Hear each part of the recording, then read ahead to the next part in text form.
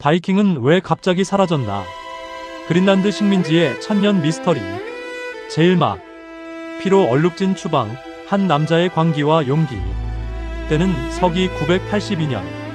스칸디나비아의 거센 바람이 북대서양을 휩쓸던 시절입니다. 여러분, 세상에서 가장 위험한 여행이 무엇인지 아십니까? 지금 이 시대야 비행기를 타고 10시간이면 지구 반대편도 갈 수 있지만 지금으로부터 천년 전의 이야기를 잠시 같이 떠올려 보시겠습니까? 나무로 만든 배 한 척. 항법 장치도 없고 무선 통신도 없고 구명조끼도 없습니다. 오직 별과 파도의 방향, 그리고 인간의 직감만으로 망망대해를 건너야 했던 시절이었습니다. 그 시절 아이슬란드에 에이리크라는 이름의 노르드인 남자가 살고 있었습니다. 역사는 그를 에이리크 라우디, 즉 붉은 에이리크 에릭 더 레드라고 부릅니다. 붉은빛 수염과 불같은 성격을 가졌다고 하여 붙여진 이름이었습니다. 이 사람, 솔직히 말씀드리자면 보통 내기가 아니었습니다. 에이리크의 아버지 토르발드는 원래 노르웨이 사람이었는데 살인죄를 짓고 노르웨이에서 추방되어 아이슬란드로 도망쳐왔습니다. 그런데 아들 에이리크 역시 아버지와 크게 다르지 않았습니다. 피는 못 속인다고 했던가요? 에이리크는 아이슬란드에서 이웃과 재산 다툼을 벌이다 결국 두 사람을 죽이고 맙니다. 당시 아이슬란드 의회는 에이리크에게 3년 추방형을 선고했습니다. 아이슬란드에서도 쫓겨난 것입니다. 이제 에이리크에게는 선택지가 거의 없었습니다. 뒤로는 자신을 추방한 사람들이, 앞으로는 아무것도 없는 차가운 바다가 펼쳐져 있었습니다. 보통 사람이라면 그 자리에 주저앉았겠지요. 그런데 이 에이리크라는 사람, 바로 그 순간에 오히려 서쪽 바다를 향해 눈을 돌립니다. 저기 저 서쪽 어딘가에 섬이 있다는 소문이 있다. 예전에 한 선원이 항해 중 우연히 어렴풋하게 보았다는 거대한 육지의 그림자. 에이리크는 그 막연한 소문 하나만 붙들고 추방기간 3년 동안 그 땅을 탐험하기로 결심합니다. 서기 982년 에이리크는 배를 이끌고 아무도 가보지 않은 서쪽 바다를 향해 출항합니다. 그것이 훗날 역사를 바꿀 항해의 시작이었습니다. 파도는 거칠었고 바람은 매서웠습니다. 선원들의 마음속에는 두려움이 가득했을 것입니다. 그러나 에이리크는 물러서지 않았습니다. 3년간의 추방 기간, 그는 혹독한 추위와 싸우며 새로운 땅을 탐험했습니다. 그리고 마침내 그 땅을 발견했습니다. 제2막. 초록빛 거짓말, 그린란드라는 이름의 탄생. 초록빛 땅 그린랜드이라고 부르겠다. 에이리크가 그 땅에 붙인 이름입니다. 그런데 여러분, 지금 그린란드를 아시지요? 세계 최대의 섬이자 대부분이 얼음으로 뒤덮인 그 거대한 섬 말입니다. 초록빛이라고요? 얼음의 땅이 왜 초록빛 땅인가요? 사실 이것은 역사상 가장 유명한 부동산 과대 광고라고 할 수 있습니다. 에이리크가 귀환한 985년 무렵, 그는 사람들에게 이렇게 말했습니다. 내가 새로운 땅을 발견했어. 그곳의 이름은 그린란드, 초록빛 땅이요. 풀이 자라고 바다에는 물고기가 넘치고 겨울도 아이슬란드보다 따뜻하다오. 물론 과장이 심했습니다. 그러나 당시 아이슬란드 사람들의 형편도 그리 넉넉하지 않았습니다. 땅은 부족하고 인구는 늘어나고 유럽 본토에서는 귀족과 권력자들의 횡포가 심했습니다. 새로운 땅, 새로운 시작을 꿈꾸던 사람들에게 에이리크의 이야기는 한 줄기 빛 같았을 것입니다. 서기 985년 혹은 986년, 에이리크는 25척의 배에 사람들을 가득 싣고 그린란드를 향해 출항합니다. 남녀노소, 소와 말과 양까지. 거대한 이주 행렬이었습니다. 가재도구를 배에 싣고 새로운 삶을 꿈꾸는 사람들. 마치 오래전 우리 어르신들이 고향을 등지고 서울로, 부산으로 이사가던 모습과 어딘가 닮지 않았나요? 그러나 항해는 순탄하지 않았습니다. 25척 중에서 겨우 14척만이 그린란드에 무사히 도착했습니다. 나머지 11척은 폭풍에 침몰하거나 되돌아가야 했습니다. 그럼에도 도착한 사람들은 약 40만 500명. 그들은 그린란드의 남서쪽 해안, 그나마 풀이 자라는 피오르드 현만 지역에 터를 잡기 시작했습니다. 여러분, 피오르드가 어떤 곳인지 아시나요? 빙하가 깎아 만든 좁고 깊은 만입니다. 양쪽으로 거대한 절벽이 솟아있고 그 아래로 바닷물이 깊숙이 들어와 있는 지형이지요. 바람을 막아주어 상대적으로 따뜻하고 민물도 흘러내려오고 물고기도 풍부한 곳입니다. 에이리크와 초기 정착민들은 그 피오르드를 따라 집을 짓기 시작했습니다. 잔디를 벽돌처럼 잘라 쌓아 올린 집들. 튼튼하지는 않았지만 혹독한 추위를 견디기에는 충분했습니다. 그렇게 그린란드 식민지의 첫 페이지가 열렸습니다. 초록빛이라는 이름이 거짓말이든 과장이든 그곳에서 새로운 삶을 시작한 사람들에게는 그것이 전부였습니다. 그들은 그 땅에서 태어나고 사랑하고 자식을 낳고 늙어가며 세대를 이어갔습니다. 그로부터 약 450년 후 그들이 흔적도 없이 사라질 때까지. 제3막. 두 개의 마을, 하나의 운명. 그린란드 식민지는 시간이 흐르면서 점점 성장했습니다. 사람들은 두 곳에 나뉘어 정착했습니다. 에이리크를 따라온 본진이 자리를 잡은 동부 정착지 이스턴 세털르먼트와 나중에 조금 더 북쪽으로 올라가 자리를 잡은 서부 정착지 웨스턴 세털르먼트입니다. 동부 정착지는 지금의 그린란드 남단, 현재 카코르토크 근처에 있었습니다. 이곳이 두 정착지 중 더 크고 번성했습니다. 전성기에는 약 3, 400명이 살았다고 추정됩니다. 에이리크의 집인 브라타흘리드도 이곳에 있었습니다. 서부 정착지는 조금 더 북쪽, 지금의 누크 근처에 있었습니다. 동부보다 규모는 작았지만 여름에는 북쪽으로 사냥과 교역을 나가기에 좋은 위치였습니다. 두 정착지가 최대로 번성했을 때를 학자들은 서기 1000년에서 1200년 사이로 봅니다. 이 시기에는 그린란드 전체 인구가 약 2000명에서 많게는 6000명에 달했다고 합니다. 그들의 생활을 들여다보겠습니다. 바이킹이라고 하면 뿔 달린 투구를 쓰고 도끼를 휘두르는 무시무시한 전사들을 떠올리는 분들이 많으시지요. 사실 뿔 달린 투구는 나중에 만들어진 이미지입니다. 그린란드의 노르드인들은 전사라기보다는 농부이자 어부이자 상인이었습니다. 그들은 소와 양을 길렀습니다. 여름에 피오르드 안쪽의 풀밭에서 가축을 먹이고 겨울에는 건초를 먹이며 따뜻한 헛간에서 살렸습니다. 가축은 단순히 식량 이상의 의미였습니다. 우유에서 치즈와 버터를 만들고 가죽으로 옷과 신발을 만들었으니까요. 바다에서는 바다표범과 고래를 사냥했습니다. 북쪽으로 긴 항해를 하여 북극곰도 잡았습니다. 이 동물들은 단순한 식량이 아니었습니다. 유럽 본토로 가져가는 귀중한 수출품이었습니다. 특히 흰 북극곰 가죽과 살아있는 북극곰, 일각고래의 뿔, 바다코끼리의 상아는 유럽 왕실과 귀족들이 엄청난 값을 치르고 사들이는 진귀한 물건들이었습니다. 그린란드인들에게 이 교역은 생명줄이나 다름없었습니다. 왜냐하면 그들은 혼자서는 살아갈 수 없었기 때문입니다. 그린란드에서는 쇠를 생산할 수 없었습니다. 나무도 거의 없었습니다. 배를 만들 목재도, 농기구와 칼과 못을 만들 철도 모두 유럽에서 수입해야 했습니다. 교역선이 오지 않으면 도구가 닳고 부서져도 고칠 수가 없었습니다. 그들은 화려하지는 않았지만 나름대로 질서 있는 사회를 이루었습니다. 교회도 있었고 주교도 있었습니다. 아이슬란드와 노르웨이, 그리고 덴마크와 꾸준히 교류했습니다.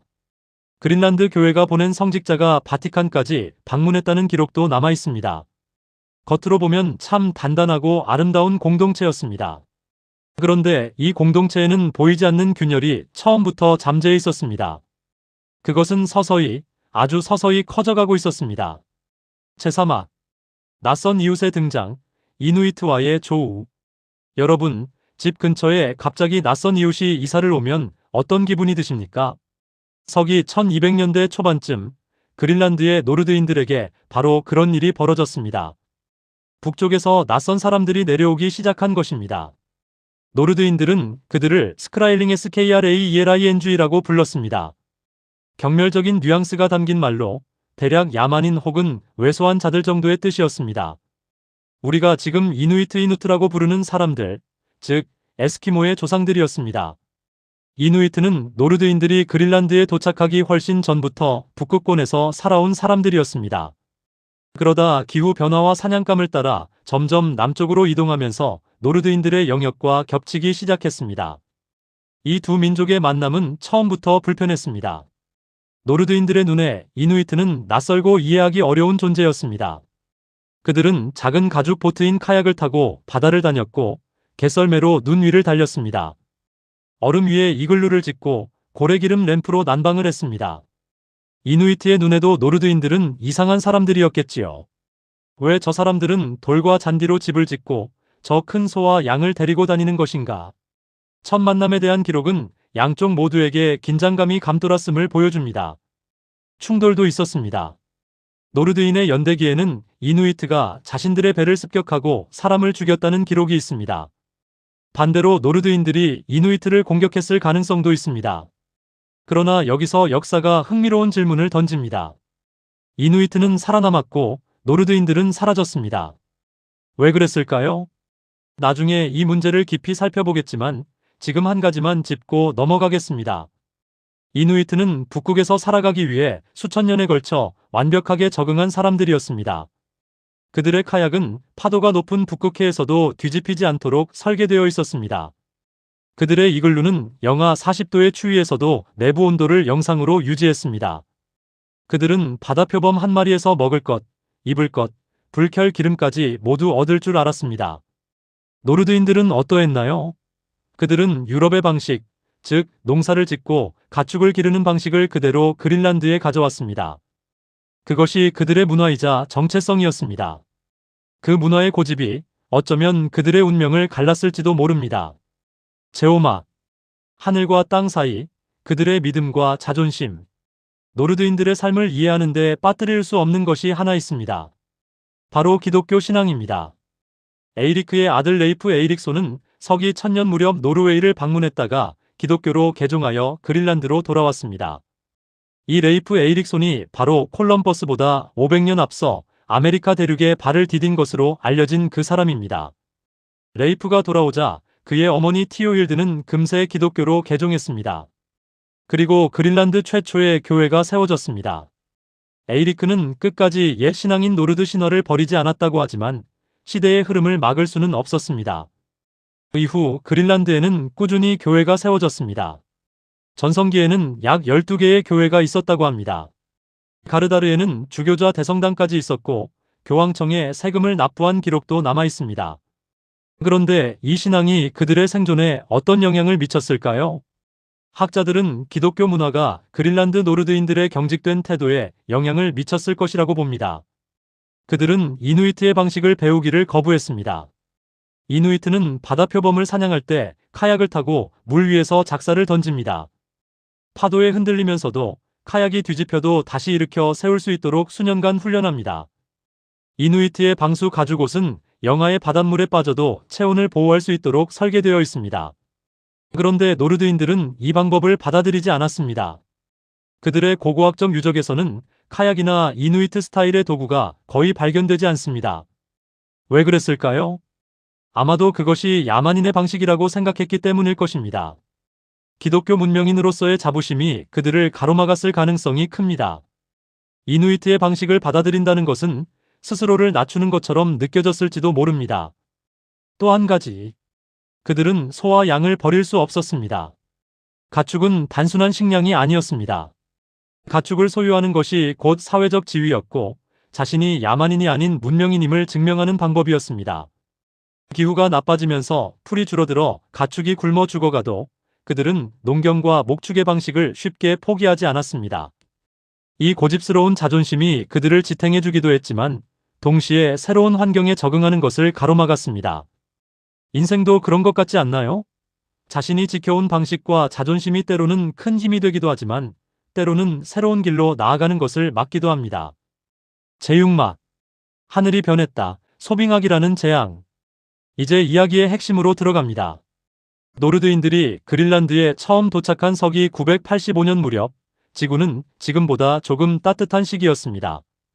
역사학자들은 이 시기를 중세온난 기미디벌 웜 피리어드라고 부릅니다. 대략 900년대부터 1200년대까지 약 300년간 북대서양 일대의 기온이 지금보다 12도 정도 높았던 시기입니다. 그린란드의 피오르드에도 풀이 자랐습니다. 여름이면 풀밭에서 소와 양이 풀을 뜯었습니다. 에이리크가 초록빛 땅이라고 불렀던 것도 완전히 거짓말은 아니었습니다. 적어도 그 시절에는. 그런데 1200년대 중반부터 서서히 기후가 바뀌기 시작했습니다. 기온이 내려갔습니다. 아주 조금씩, 눈치채기 어려울 만큼 서서히. 그러나 10년, 20년, 50년이 지나면서 변화는 분명해졌습니다. 여름이 짧아졌습니다. 풀이 자라는 기간이 줄어들었습니다. 겨울이 길어졌습니다. 피오르드가 더 오래 얼어붙었습니다. 이 기후 변화를 역사학자들은 소빙아기리털 아이스 에이지라고 부릅니다. 대략 1300년대 초반부터 1850년대까지 지속된 지구 기온이 전반적으로 낮아진 시기입니다. 유럽에서도 이 시기에 흉년이 계속되고 전염병이 창궐했습니다. 그런데 그린란드는 특히 더 심각했습니다. 원래도 극한의 환경이었는데 거기서 기온이 더 내려가면 어떻게 될까요? 풀밭이 줄어들었습니다. 가축을 먹일 여름 초지가 사라졌습니다. 겨울을 나기 위해 여름 내내 건초를 말려 쌓아두어야 하는데 건초를 만들 풀도 부족해졌습니다. 바다가 더 오래 얼었습니다. 교역선이 항구에 접근하기 어려워졌습니다. 북쪽으로 사냥을 나가는 항해도 위험해졌습니다. 피오르드 안쪽의 날씨가 더 혹독해졌습니다. 우물이 얼고 건물 벽을 뚫고 들어오는 추위가 더 강해졌습니다. 고고학 발굴 결과는 이 변화를 생생하게 보여줍니다. 말기 정착지의 유적에서 발굴된 솥뼈들은 시간이 갈수록 점점 작아지고 있습니다. 가축이 서서히 굶주렸다는 증거입니다.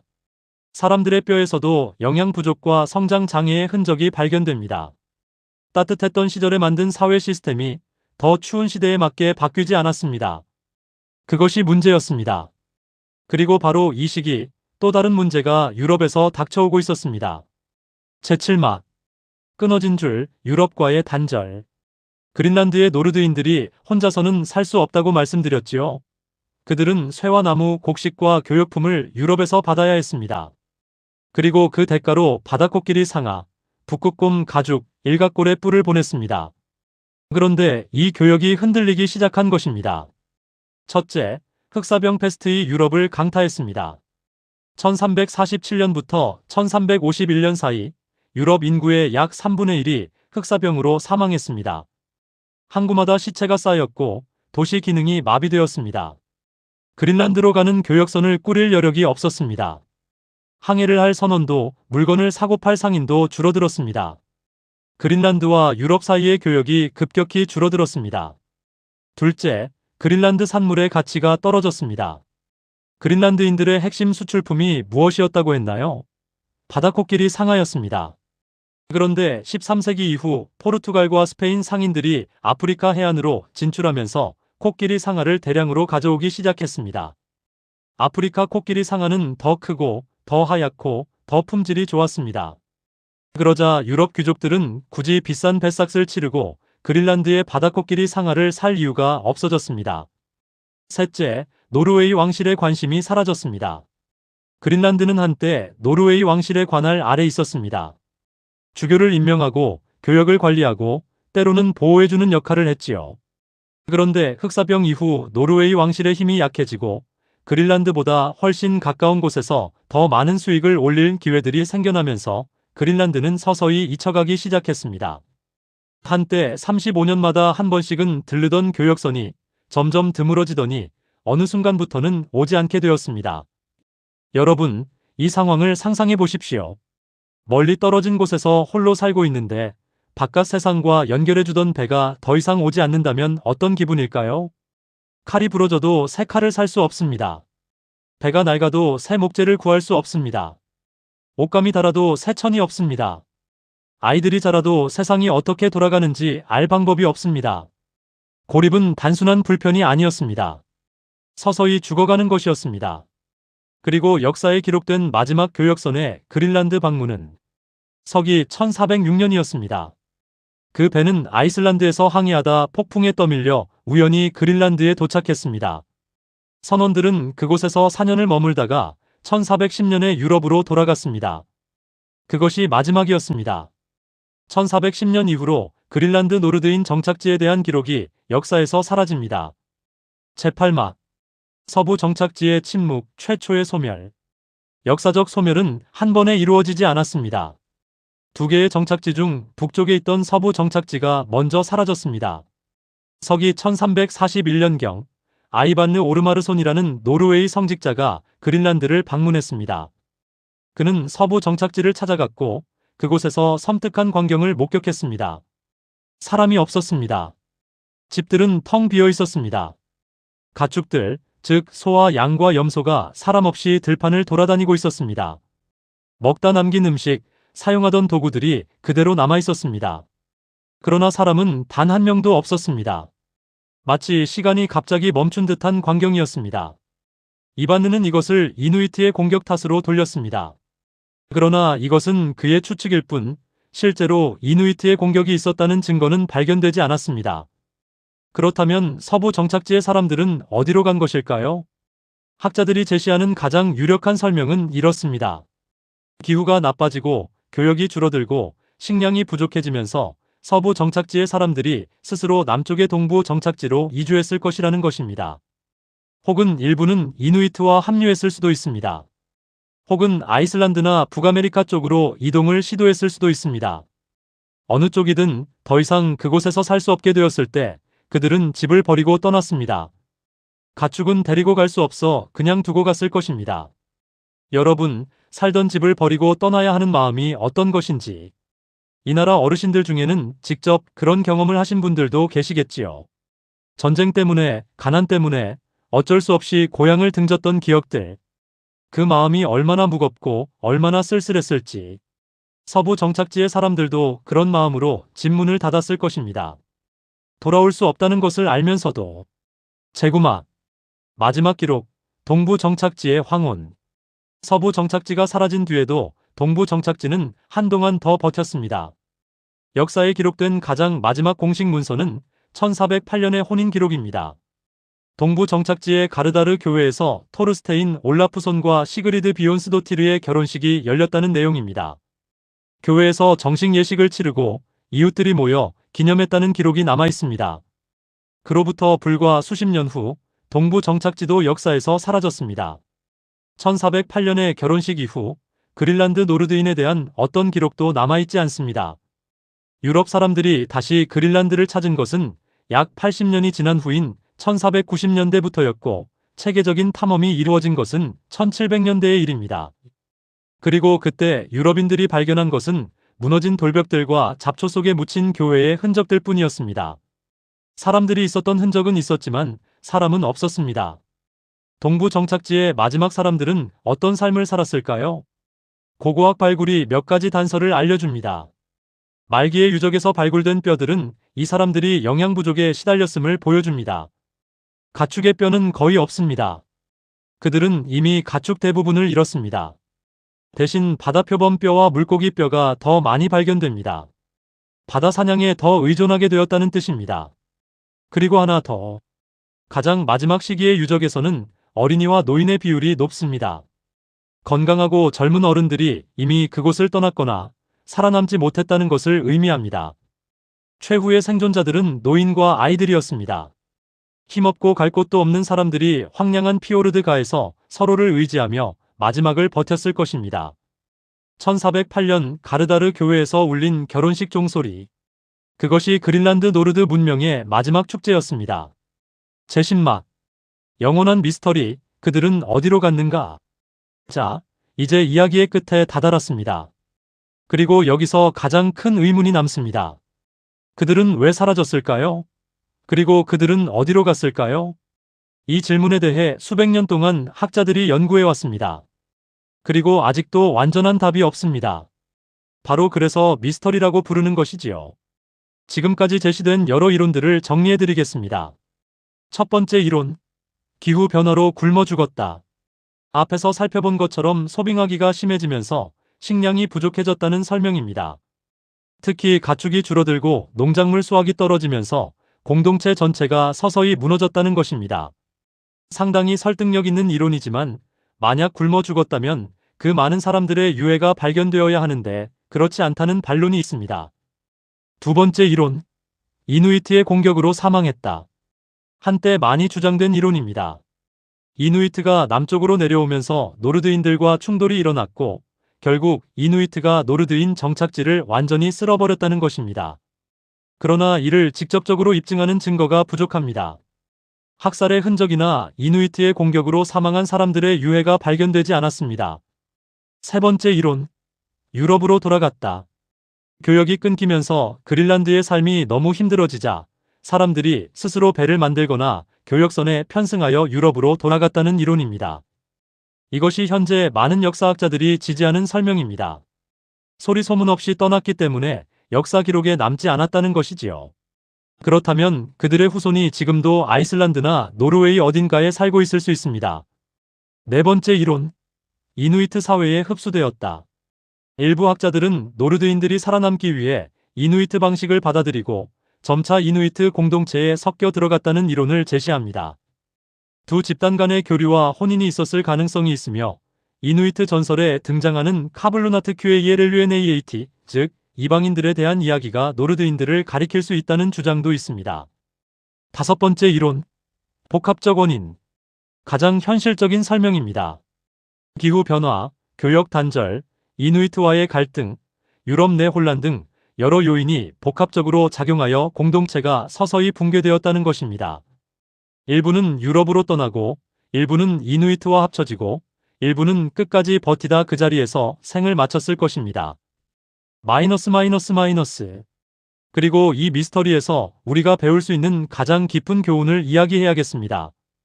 이누이트는 살아남았습니다. 그들도 똑같이 소빙하기를 겪었습니다. 그들도 똑같이 기후변화에 시달렸습니다. 그런데 그들은 적응했습니다. 노르드인들은 자신들의 방식을 고집했습니다. 유럽인이라는 정체성, 기독교 문명이라는 자부심, 농부와 목동이라는 삶의 방식, 그것이 틀렸다고 말하는 것이 아닙니다. 자신의 정체성을 지키려는 것은 인간의 가장 깊은 본능입니다.